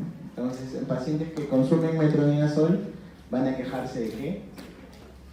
Que produce sabor metálico, que es uno de los efectos gastrointestinales muy frecuentes, náuseas, vómitos, por lo tanto no es muy bien tolerado. Ese es un problema. ¿Y en quién va a ser útil? En las amebiasis. ¿Ya? Contra todas las amebas va bien contra metronidazol. Y más la Giardia. La Giardia lambia, que es un parásito que se va a localizar en intestino delgado, especialmente en duodeno. Va a producir un síndrome seguro-ulceroso, responde bien a metronidazol. Trichomona vaginalis, que va a producir tricomoniasis, ¿no? Y contra Balantidium coli. Entonces, estos parásitos van a responder bien a la terapia con metronidazol. Como les mencioné, los efectos adversos frecuentes: náusea, cefalea, boca seca, sabor metálico. A veces es tanto que el paciente no puede tolerar el metronidazol y se le tiene que cambiar la terapia. Hay que tener especial cuidado en gestantes durante el primer trimestre con el uso de metronidazol.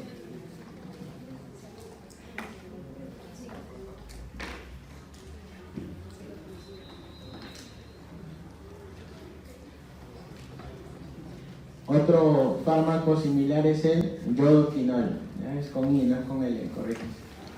Yodoquinol. Y su importancia es que actúe a nivel de la luz intestinal, ya que no sea absorbido. ¿Por qué? Porque los parásitos que van a estar en el tubo gastrointestinal, ahí es donde va a ejercer su efecto. ¿Cuáles son sus efectos adversos? Si es que tuvieran de tipo gastrointestinales, pero no son muy frecuentes. ¿En qué casos lo tenemos que utilizar? En amebiasis intestinales también, similar a metronidazol. En los niños, la administración de ionoquinol a dosis altas, ¿de qué se ha visto que presenta atrofia del nervio óptico y pérdida de la visión? Entonces hay que tener cuidado cuando se administra a dosis elevadas en niños. El siguiente fármaco que hay que revisar es el Nifurtimox. Nifurtimox se utiliza para el tratamiento de tripanosoma. Entonces, ¿el tripanosoma qué enfermedad va a producir? ¿Cuál? Chagas, ¿no?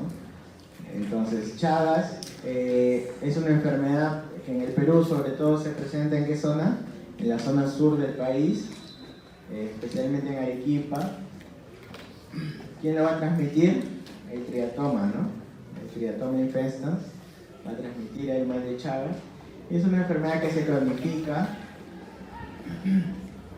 y cuando se hace el diagnóstico, generalmente han pasado muchos años desde que ingresó el parásito. Entonces, para esos casos utilizamos una serie de fármacos en el que destaca el Nifurtimox. ¿Cuál es su mecanismo de acción? Su mecanismo de acción va a ser formar radicales libres que son tóxicos para el parásito, ¿no? ¿Cuáles? Peróxido de hidrógeno, superóxido, y eso va a destruir al parásito. Entonces, su biodisponibilidad es buena, se absorbe bien. De especial interés ¿en qué? En la fase aguda de la enfermedad de Chagas. ¿Cómo se llama en la fase aguda?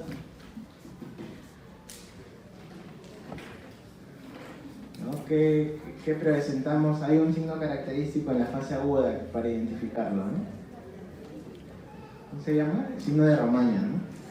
El signo de Romaña en la fase aguda, y en las fases crónicas no tiene mucho efecto, ¿no? En las fases crónicas lo que va a producir la enfermedad de Chagas va a ser un crecimiento de todo el tubo digestivo, ¿no? Es esofagomegalia, dolicomegacolon, va a producir también hipertrofia cardíaca. Son algunos de los efectos que tiene este parásito. Entre sus efectos adversos vamos a tener los más frecuentes, que son náuseas, vómitos, generalmente gastrointestinales, y hay que tener cuidado en pacientes con antecedentes de epilepsia y convulsión.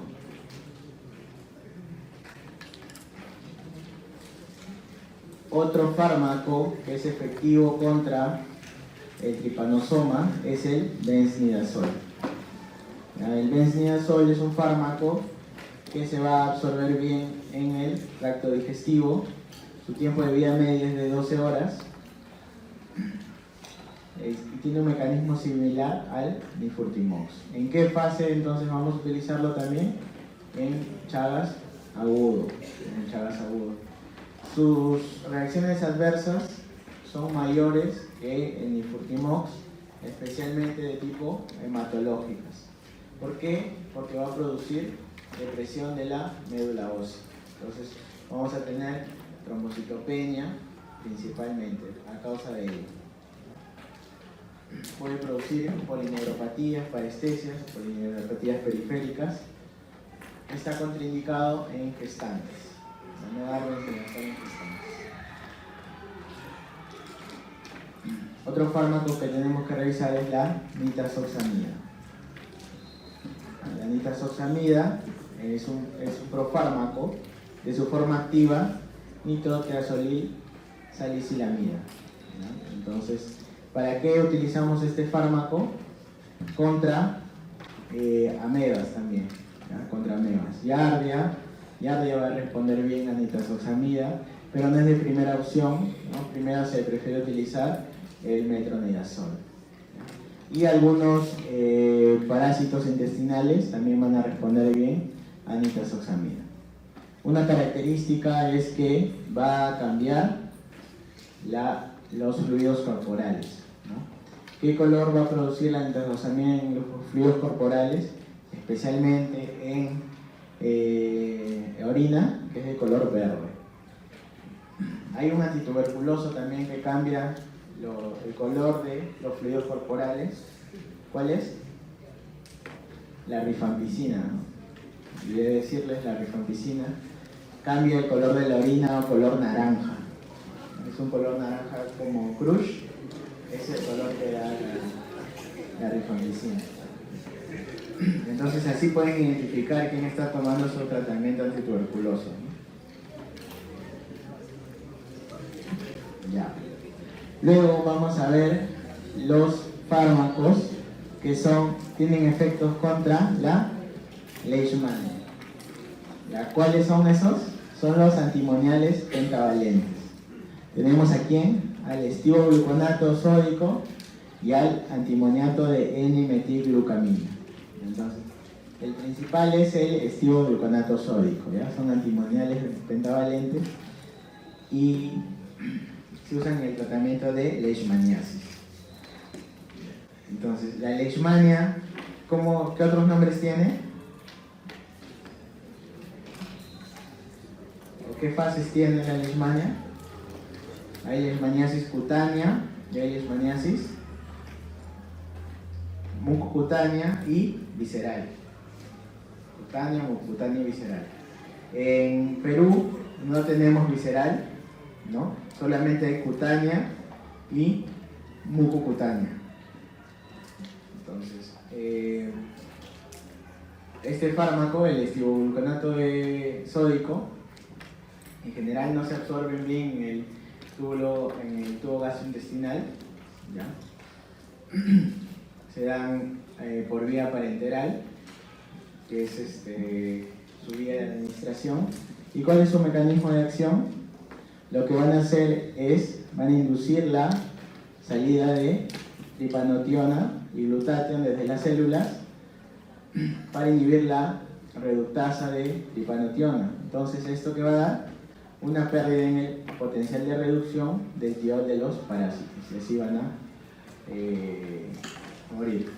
¿Cuáles son sus efectos adversos? Principalmente al momento de la administración. ¿Ya? Estos son fármacos que se dan por vía parenteral, y sus efectos adversos es que va a producir abscesos en el lugar de la administración. Eso es importante. Luego, ¿qué más? Son muy hepatotóxicos, alteraciones hepáticas, cardiotóxicos y además mialgias, artralgias, anorexia, cefalea y vómitos. Contraindicado en el embarazo, en pacientes con problemas cardíacos, hepáticos y renales.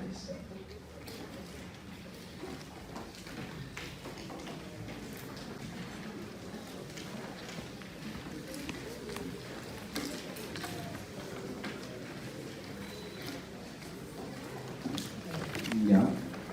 Y la última parte que vamos a ver es la parte de los antivirales, virus y terapia contra el VIH.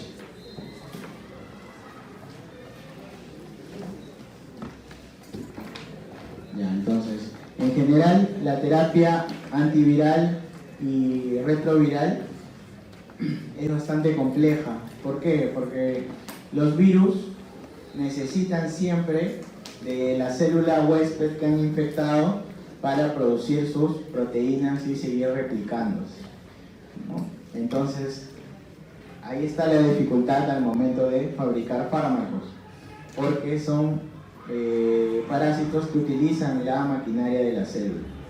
Por eso, en virus, ¿cómo es la mejor forma de evitarlos? Con la vacunación.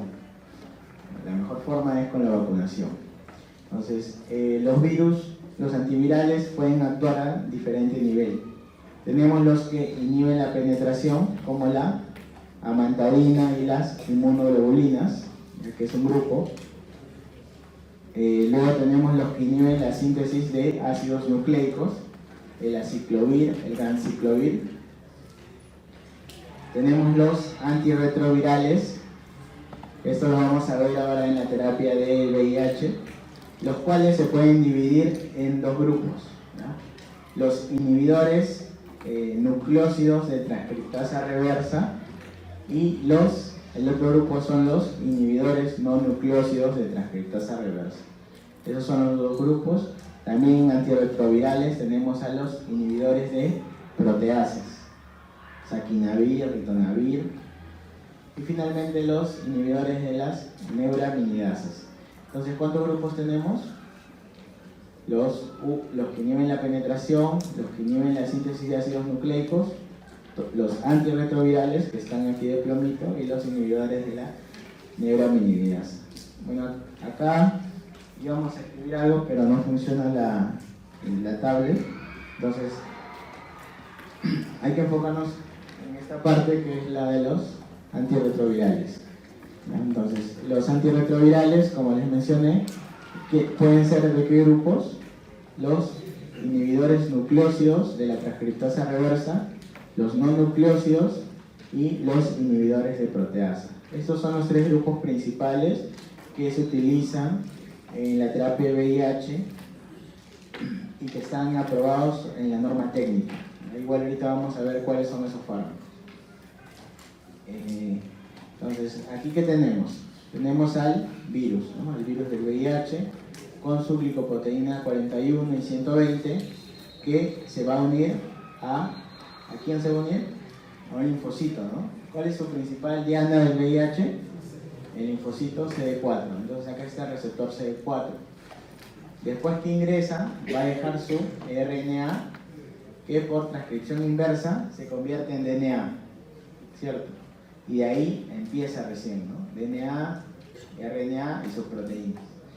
Entonces, esta es una enzima importante, que es la diana del tratamiento.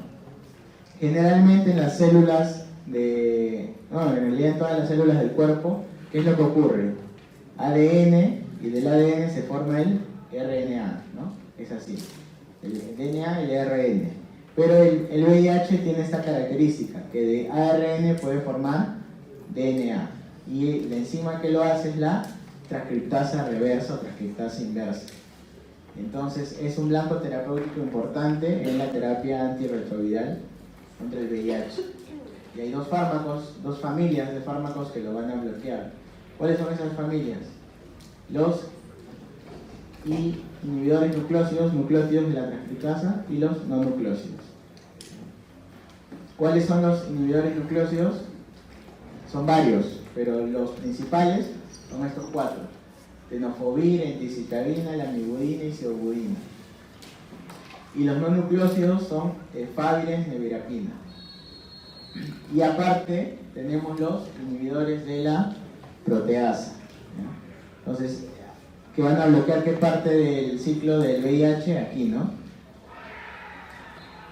Van a bloquear el ensamblaje de proteínas. Entonces, entre los inhibidores de proteasas tenemos al atacinavir, imitinavir, ritonavir. ¿Cómo se da el tratamiento para terapia contra el VIH, los antirretrovirales? Igual, ¿no? Es una terapia combinada, en la que ¿qué vamos a combinar? Vamos a combinar 2 de aquí arriba más 1 de aquí abajo, ¿no? 2 más 1. ¿Eso qué nos va a permitir? Lograr los objetivos de tratamiento. ¿Cuáles son los objetivos? Disminuir la carga viral hasta que sea indetectable. Ese es el objetivo. A consecuencia de que la carga viral se torne indetectable, van a subir los niveles del linfocito CD4, que es el objetivo de tratamiento, perdón, es la célula objetivo o diana del VIH, el virus. Ese es uno. Luego hay que saber cuándo empezar la terapia. El inicio de la terapia, ¿de qué depende? De los síntomas que tenga el paciente, de las manifestaciones clínicas, o depende también del conteo de leucocitos, de los leucocitos CD4. Entonces, cuando un paciente tiene conteo inferior a 500, es cuando se arranca la terapia antirretroviral, ¿no? Antes, en las normas técnicas anteriores, decían cuando era menos de 350, ahora lo han subido. ¿Cuál es el problema con la terapia antirretroviral? Su toxicidad, ¿no? tiene muchos efectos adversos, la terapia antirretroviral. Es por ello que algunos pacientes abandonan su terapia o no son buenos continuadores. Después, también el virus ha desarrollado resistencia a la terapia antirretroviral clásica. En casos de intolerancia o resistencia es que se utilizan otros fármacos, ¿no? Como los inhibidores de proteasa que tenemos acá, ritonavir, indinavir, atazanavir, que ahorita vamos a ver, en qué consiste.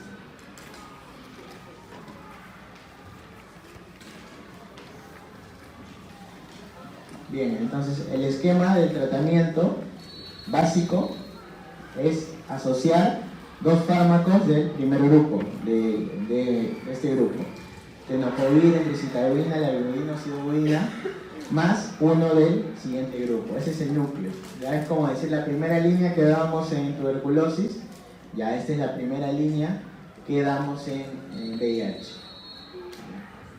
¿Y cuál es la... de todo ese grupo de fármacos, cuáles son los que se prefieren usar? Estos.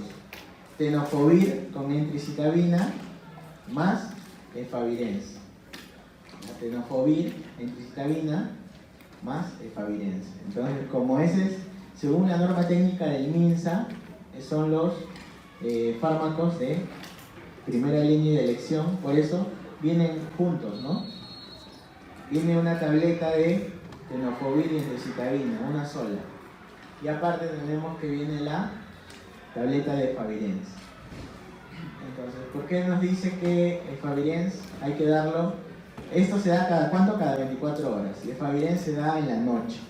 ¿Para qué se da en la noche efavirenz? Para evitar sus efectos adversos, ¿no? Luego hay terapias alternas en el caso que el paciente presente resistencia o presente intolerancia a alguno de los fármacos. Entonces se cambia, ¿no? Ya no se utiliza emtricitabina en el caso del paciente no lo tolere, sino se cambia por tenofovir más lamivudina. Pero si se dan cuenta sigue manteniéndose este núcleo de tratamiento, ¿no? Dos inhibidores nucleósidos de la transcriptasa reversa más uno no nucleósido. Entonces se combina tenofovir con lamivudina más efavirenz. En el caso, el paciente igual no mejore, ¿cómo evaluamos la mejoría del paciente? Mediante el recuento de carga viral. Entonces, cuando la carga viral no está cayendo de la manera adecuada, se añaden ¿qué? Inhibidores de proteasas, que son los de este grupo. Entonces se añaden, ¿no? Indinavir, atazanavir, ritonavir, ¿no? Cualquiera de ellos. Se añade un inhibidor de proteasa más un inhibidor no nucleósido más un inhibidor nucleósido de la transcriptasa reversa. Ese es otro esquema que también se utiliza. Hay otros como abacavir, lamivudina, efavirenz y sidobudina, lamivudina, efavirenz, ¿no? Pero siempre de estos el efavirenz es el no nucleósido que se prefiere utilizar, excepto en las gestantes, ¿no? En gestantes, en las primeras 14 semanas no hay que dar efavirenz. Bien. Y los efectos adversos que tenemos, estos fármacos son los que van a llevar al fracaso del tratamiento, ¿no? Anteriormente en la norma técnica se utilizaba mucho la sidobudina, que es el AZT, que es un inhibidor nucleósido de la transcriptasa reversa. Era el pilar de tratamiento con sidobudina, el cual lograba bajar muy bien los niveles de la carga viral del paciente de VIH, pero tenía como problema que producía mielosupresión, ¿no? O sea, el paciente luego presentaba anemia, neutropenia, porque deprimía la médula ósea roja, ¿no? Ese era el principal problema que tenía sidobudina. Por eso, ya actualmente no se utiliza, ¿no? Se prefiere utilizar emtricitabina, ¿no? Luego, tenemos otros fármacos que hay que conocer también sus efectos adversos.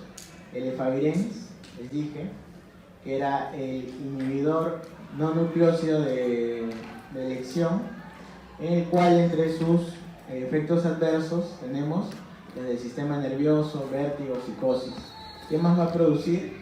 Produce también alucinaciones, pesadillas, por ejemplo. Todas son alteraciones del sistema nervioso. Es por eso que Favirenz se prefiere dar durante las noches, ¿ya? Se da una vez al día durante las noches. Otros efectos adversos que puede producir, ¿cuáles son? Rash, hepatotoxicidad, dislipidemia. Después, el otro grupo de fármacos que hay que revisar son los inhibidores de proteasas y todos sus efectos adversos. ¿Cuáles son los efectos adversos? Principalmente producen lipodistrofia.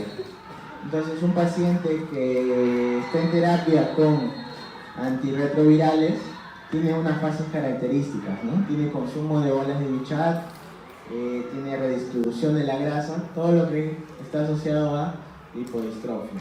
También va a producir alteraciones metabólicas como diabetes. Entonces, por eso es que se ha cambiado y no, en nuestra norma técnica no es de primera línea los inhibidores de proteasas, porque este tratamiento antirretroviral ya actualmente, ¿cuántos años tiene? Aproximadamente 30 años, ¿no?, de terapia antirretroviral. Entonces, los primeros pacientes que iniciaron su terapia antirretroviral, ¿no?, los primeros casos, ahora ya tienen aproximadamente, ¿cuántos años tendrán? 60 años.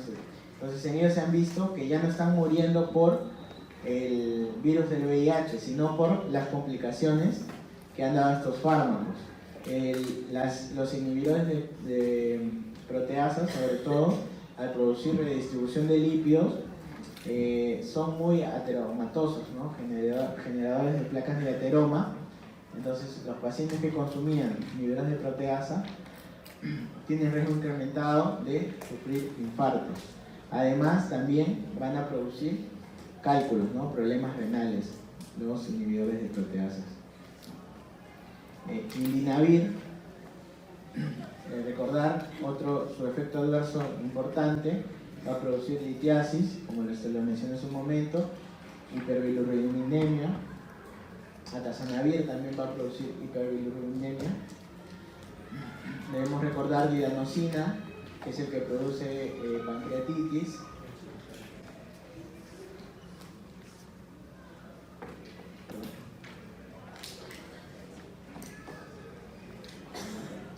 Y principalmente esto, ¿no? No olviden, el núcleo de tratamiento, 2 de aquí más 1 de acá, y sus efectos adversos que están en este cuadrito. ¿Ya chicos? Ahí no, falta, ¿no? Ya, falta hongos. Pensé que ahí nos estábamos quedando. Ya, falta hongos. Ya, hongos. Lastimosamente no tenemos la tablet para hacer el grafitito, pero los hongos en el ser humano generalmente se van a localizar, o cuando nos causan enfermedades, en 3 partes.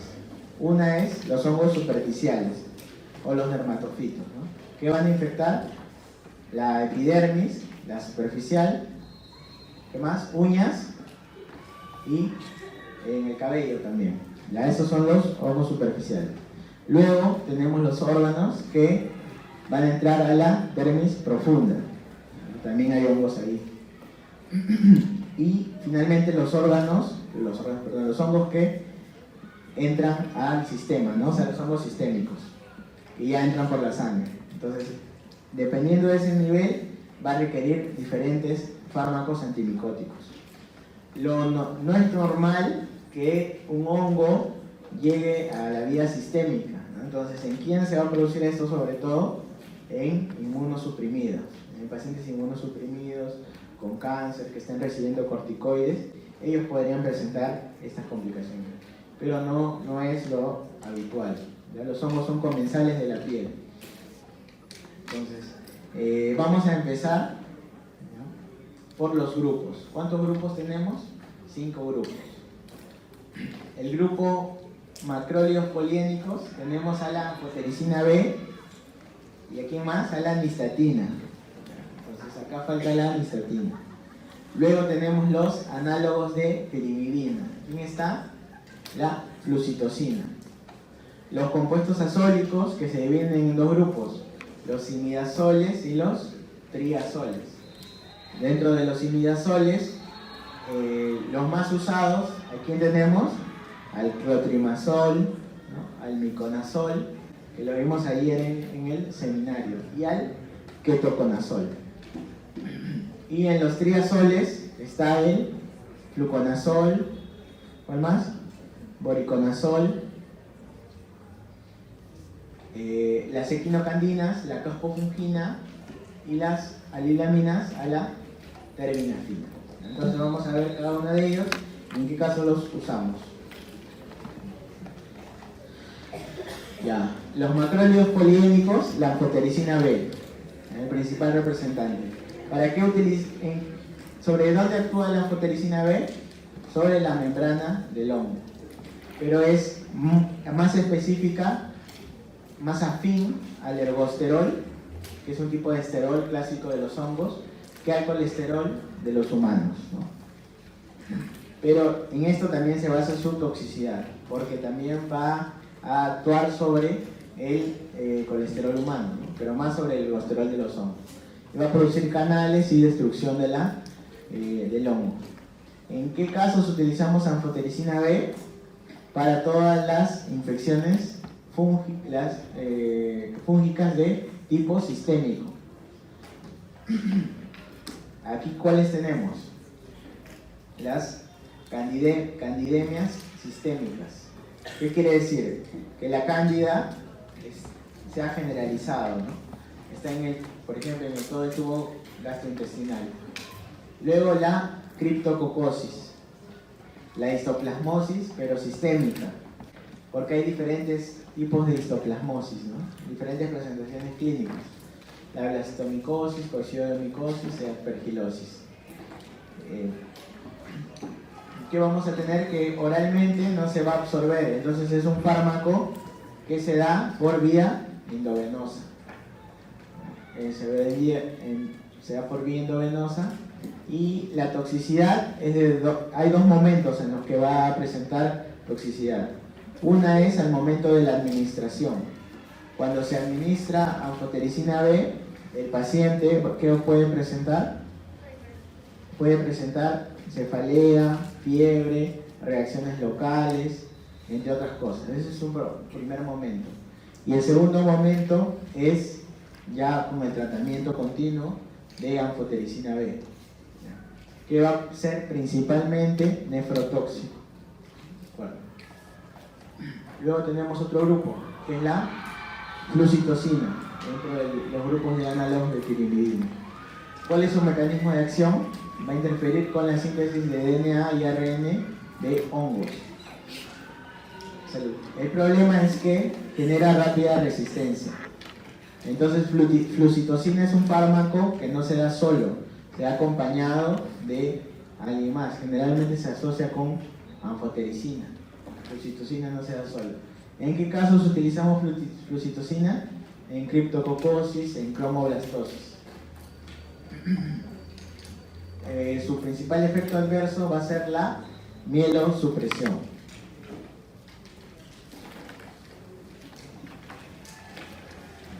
Por otra parte tenemos los azoles, que eran imidazoles y los triazoles.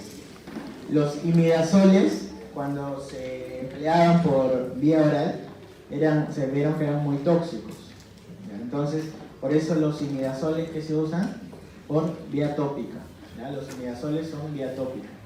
Ahí, ¿cuál tenemos? Ya les dije, clotrimazol, miconazol, que son los más usados. ¿Seguro? ¿Ya llegó este delegado? ¿No llegó? Ya. Él ayer nos estaba contando en el seminario que en su casa tiene bastantes cremitas de esto, ¿no? De clotrimazol. Él ha sido usador de estos fármacos. Entonces, el ketoconazol es un fármaco del grupo de los imidazoles que sí se utiliza por vía sistémica. ¿Por qué? Porque tiene una característica el ketoconazol que va a bloquear aquel citocromo P450 y va a interferir en la síntesis de ergosterol, pero en el humano va a interferir también en ¿qué? En la síntesis de andrógenos, ¿no? De células sexuales en general. Entonces, eso se aprovecha para darlo por vía sistémica y, como ven acá, ¿no? Interfiere con la síntesis de hormonas esteroides. Pero eso se aprovecha para darle un tratamiento de la hiperplasia suprarrenal congénita. Entonces, en hiperplasia suprarrenal congénita usamos este antifúngico con otra para otro uso, ¿no? Ya. ¿Qué más tenemos? Entre los triazoles al itraconazol. Entonces, el itraconazol tiene un mecanismo similar, pero su espectro es más amplio y este lo vamos a utilizar sí por la vía sistémica, ¿no? Cándida, criptococo, blastomicosis, coccidiomicosis o plasmosis. Para varios hongos, pero especialmente para, no está acá, ¿no? Es para esporotricosis. Entonces, en casos de esporotricosis, ¿ya? Que es un hongo que se coloca en la dermis profunda, ahí vamos a utilizar el itraconazol. Su toxicidad tiene una baja toxicidad, principalmente hepatotóxico. Es de segunda línea para el tratamiento de onicomicosis, porque de primera línea tenemos a la terbinafina. La vamos a ver al final, la terbinafina, que es de primera línea. Otro fármaco de este grupo de los triazoles es el fluconazol. Es el fluconazol. Entonces, el fluconazol también es un fármaco que hay que tenerlo en cuenta porque va a responder bien para los hongos sistémicos, ¿no? Se utiliza en la profilaxis secundaria de criptococo. ¿Quiénes hacen meningitis por criptococo? Los inmunosuprimidos. Como les dije, no es normal que una persona presente infección sistémica por hongos, pero en caso de presentarla, un oportunista en VIH es el criptococo y el tratamiento como profilaxis secundaria es el fluconazol, ¿ya? Que no está generado positivo. Recordar que los otros imidazoles como Clotri, Mico, van bien infecciones en tiñas de piel, en tiñas en uñas también, pero son de segunda línea, y para cándida en el caso que se presente en la vagina, ¿no? Es de primera línea en ese caso. Los otros grupos de fármacos tenemos a la equinocandina y a las alilaminas. Entonces, la equinocandina tenemos a la caspofungina, que su mecanismo de acción va a ser bloquear a la glucano B sintetasa. ¿Para qué utilizamos la equinocandina? En casos de cándida sistémica y en aspergilosis. Sobre todo en cándida sistémica usamos equinocandina. El problema es que es tóxico, ¿ya? Es hepatotóxico, nefrotóxico, y en ocasiones los efectos gastrointestinales son menores, pero recuerden, ¿no? Hepatotóxico, nefrotóxico y en candidemias sistémicas. Finalmente, la terbinafina lo que va a hacer es inhibir la epoxidación del escualeno en los hongos y se utiliza sobre todo de primera línea en onicomicosis, las infecciones micóticas mucocutáneas. Sus principales efectos adversos, ¿cuál va a ser? Sobre todo los de tipo gastrointestinal. Hepatotóxico poco, no mucho, más que todo gastrointestinal.